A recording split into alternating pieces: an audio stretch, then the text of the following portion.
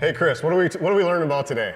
Today we're going to be talking about Ranger headlights. We're going to talk about LED headlights. We're going to talk about halogen headlights. Pat's going to get into some of the details on the differences between how those lights are made. We're going to talk about the benefits of some of them, and then we're actually going to shut the lights off. We're going to just cast them up on a wall, and we're going to show you the differences between them. Instead of just telling you how great they are, we're going to show you.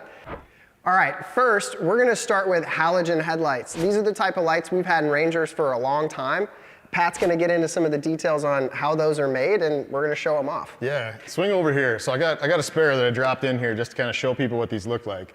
But the key here is never touch this glass part. Like the oils from your fingers can actually cause them to burn out prematurely. But what you see here is you got a nice sealed area for the bulb to insert. You got a nice sealed connector area, right? So really good for off-road environments. But this technology has been around for a long time, right? When you think about the old bulb you screwed in at your mom's house, right? That was probably a halogen. Yep. You're probably not using those much anymore, right? So the nice thing about this tried and true technology, you kind of get this yellow light pattern out of it. Really, there's one bulb on each side. This has got a filament for low and high in the same bulb, so it's a single bulb for that. And then it's all about the reflector geometry in the back of this. Kind of forms a parabola to really throw the light out in front of the vehicle.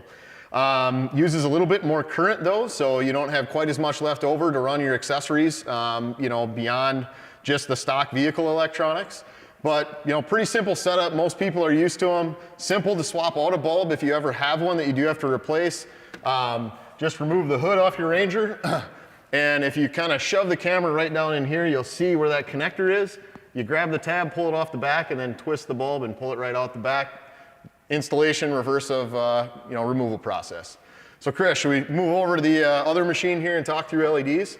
Yeah, so these are the traditional headlights you would have seen on Ranger, but across the board, we've really upgraded to these LED headlights on most of our vehicles, and that's because they're just way better. They cast a white light that's a lot brighter. As Pat mentioned, they're more efficient.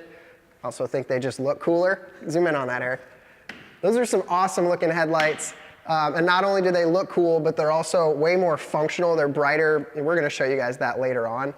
Pat, can you explain what's an LED? What's LED stand for, and how's that different than a halogen light? Yeah, what does LED stand for? It stands for light emitting diode. So when you think about it, it's a little small, electronic component that mounts to a circuit board in the back of this light.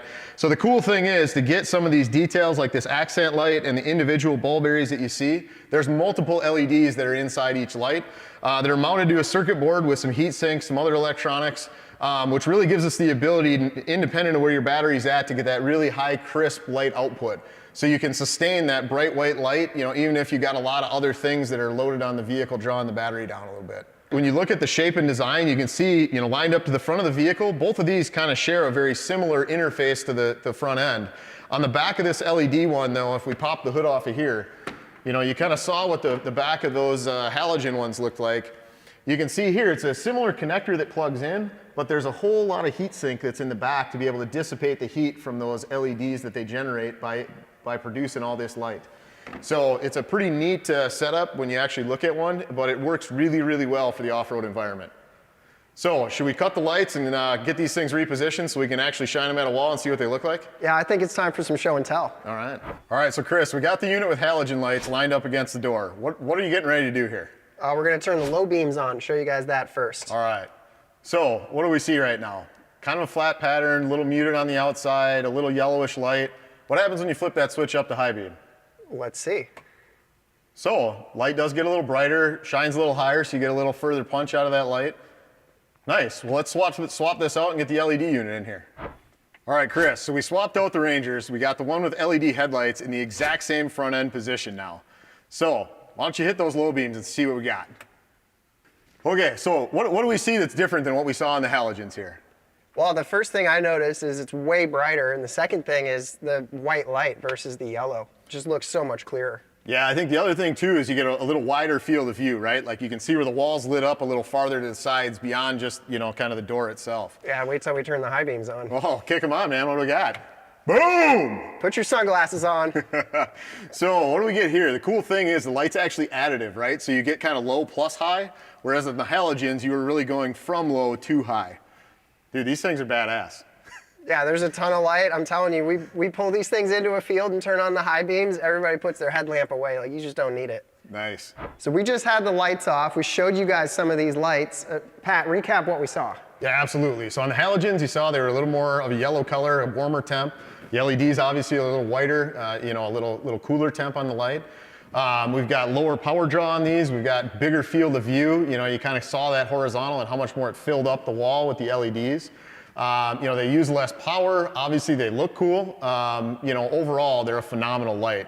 And Chris, I heard you actually got the chance to run some of these before they were even released, right? Yeah, this is one of my favorite upgrades that we've done on Ranger. I've had a set of these since way before we launched them to the public. And the thing I love about them is using them for hunting.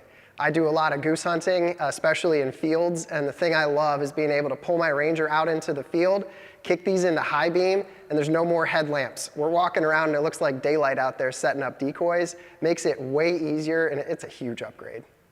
Nice. Well, so Chris, I've got a Ranger that's a couple years older. I'm still rocking the halogens on mine. Can I upgrade to LEDs, or am I kind of stuck with the halogens I got? Yep, it's the same housing, same connector on the back, so you can swap it back and forth, and it's a pretty quick job. Hey, we just covered off on halogen versus LED headlights on Ranger. So that's it for this episode of Shop Talk. Make sure you like, comment, and subscribe. Let us know what you thought about the episode. If you guys have any recommendations for future episodes you want to see, let us know, and you might see it in a future video.